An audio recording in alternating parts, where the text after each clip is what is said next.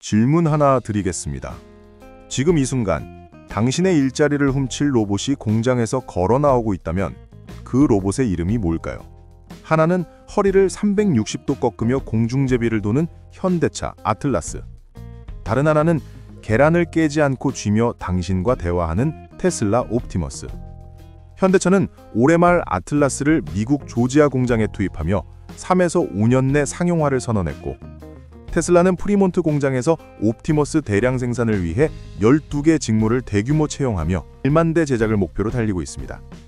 30년 장인 정신의 보스턴 다이내믹스 대 4년 만에 치고 올라온 실리콘밸리의 쾌불. 과연 이 인류 최초로 공장을 점령할 로봇은 누가 될까요? 먼저 이 둘이 어떻게 여기까지 왔는지 알아야 합니다. 보스턴 다이내믹스. 1990년대 초반 MIT에서 출발한 보스턴 다이내믹스는 30년 넘게 로봇이 어떻게 넘어지지 않을까만 연구했습니다. 유압식 빅독이 산을 오르고 아틀라스가 백덤블링을 할 때 세상은 경악했죠. 하지만 치명적 약점이 있었습니다. 돈이 안 됐습니다. 너무 비싸고 시끄럽고 고장도 잦았죠. 구글이 버렸고 소프트뱅크도 버렸습니다. 그러다 2021년 현대차 그룹이 1조 3천억 원에 인수하면서 연구실의 예술품은 비로소 산업 현장의 일꾼으로 다시 태어날 준비를 마쳤습니다. 테슬라 옵티머스, 4년의 광속 질주. 반면 테슬라는 정반대입니다. 2021년 일론 머스크가 무대에 타이트 입은 텐서를 세웠을 때 업계는 비웃었습니다. 로봇은 개뿔, 저게 뭐야? 하지만 테슬라는 2022년 프로토타입을 공개하고 2023년에는 높은 수준의 보행과 손작업 능력을 선보였습니다. 보스턴 다이내믹스가 수십 년 걸린 과정을 단 2년 만에 따라잡은 겁니다. 실리콘밸리 방식입니다. 완벽하지 않아도 일단 만들고 부수고 데이터 모아서 다시 만드는 거죠. 2025년 지금 이 두 회사는 서로의 영역을 노리고 있습니다. 현대차 아틀라스, 기괴한 관절의 초인. 2024년 4월 보스턴 다이내믹스는 유압식을 버리고 완전 전기구동으로 바뀐 올뉴 아틀라스를 공개했습니다. 가장 충격적인 건 움직임입니다. 인간처럼 보이지만 인간이 아닙니다. 무릎, 팔꿈치, 허리, 머리까지 360도 회전합니다. 뒤에 있는 물건을 집으려고 몸을 돌릴 필요가 없습니다. 그냥 상체만 휙 돌리면 됩니다. 바닥에 누워있다가 관절을 비틀어 일어서고 팔굽혀펴기를 능숙하게 해내는 모습은 마치 사람보다 더 사람 같습니다. 현대차의 철학은 이겁니다. 굳이 인간의 제약을 로봇에게 줄 필요 없다. 공장이라는 좁은 공간에서 인간보다 훨씬 효율적으로 움직일 수 있다는 뜻이죠. 테슬라 옵티머스, 인간을 닮은 정밀공. 반대로 테슬라의 철학은 최대한 인간답게입니다. 키 173cm, 몸무게 73kg, 성인 남자와 똑같은 체구입니다. 옵티머스의 필살기는 손, 케이블로 손가락을 제어하는 방식으로 인간 손의 움직임을 정교하게 구현했습니다.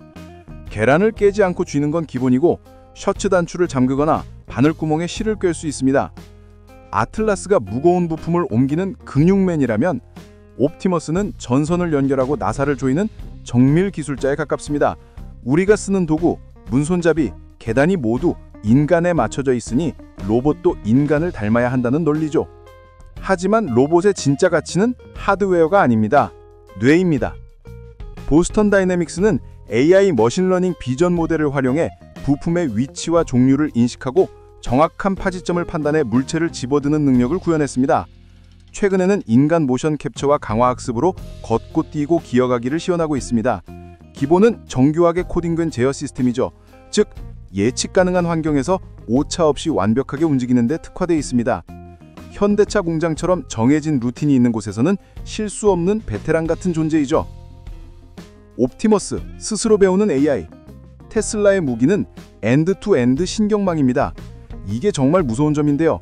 옵티머스에는 별도의 보행 알고리즘이나 동작 코드가 거의 없습니다. 대신 인간이 작업하는 영상을 보여주면 AI가 아, 저렇게 하는구나 하고 스스로 따라 배웁니다. 테슬라의 자율주행 FSD-10이 로봇에 그대로 이식됐습니다. 수백만 대의 테슬라 차량이 모은 시각 데이터 처리 능력이 로봇의 눈이 된 겁니다. 현재 테슬라 팔로알토 본사에서는 옵티머스 로봇들이 24시간 주 7일 걸으며 연습하고 있고, 방문객이 특정 장소로 안내해달라고 요청할 수 있을 정도로 실환경 대응력이 향상됐습니다. 코딩으로 가르친 게 아니라 데이터를 먹고 자란 겁니다. 결국 승패는 누가 더 싸게 많이 만드느냐에서 갈립니다. 현대차, 고급 인력 대체용. 현대차는 싱가포르 HMGIS와 미국 조지아 공장에서 아틀라스 파일럿 테스트를 진행 중이지만, 보스턴 다이내믹스 로봇은 여전히 비쌉니다. 정확한 가격은 비공개지만 업계 추정치는 대당 1억 원 이상입니다. 티타늄과 특수 합금을 3D 프린팅으로 깎아 만든 부품들이 들어가기 때문이죠.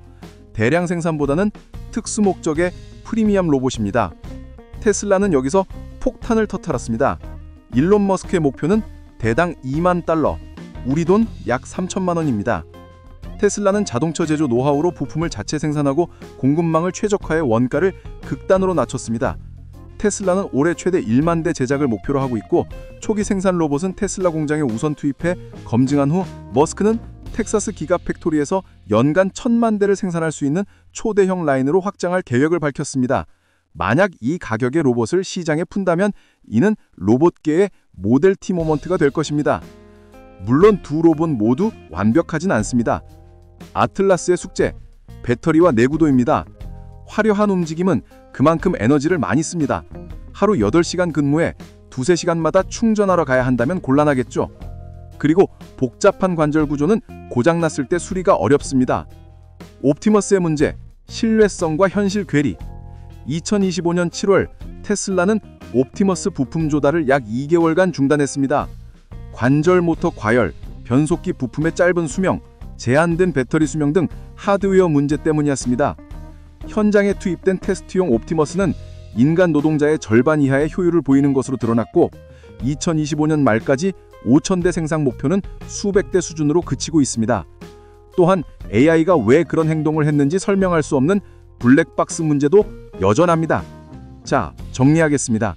현대차의 아틀라스는 슈퍼히어로입니다.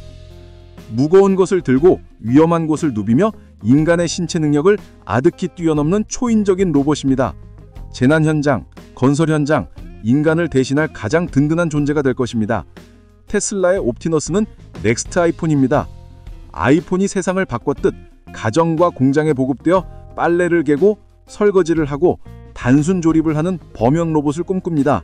성능은 아틀라스보다 떨어질지 몰라도 압도적인 가성비와 AI 확장성으로 세상을 뒤덮을 잠재력이 있습니다.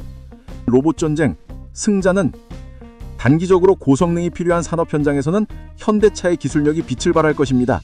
하지만 장기적으로 1가구 1로봇 시대를 여는 열쇠는 테슬라가 쥐고 있을지도 모릅니다. 마치 안드로이드 폰과 아이폰의 대결처럼, 혹은 고성능 스포츠카와 대중적인 전기차의 대결처럼 두 회사는 서로 다른 길을 통해 같은 미래를 향해 달리고 있습니다. 여러분은 어느 로봇에게 여러분의 일을 맡기시겠습니까?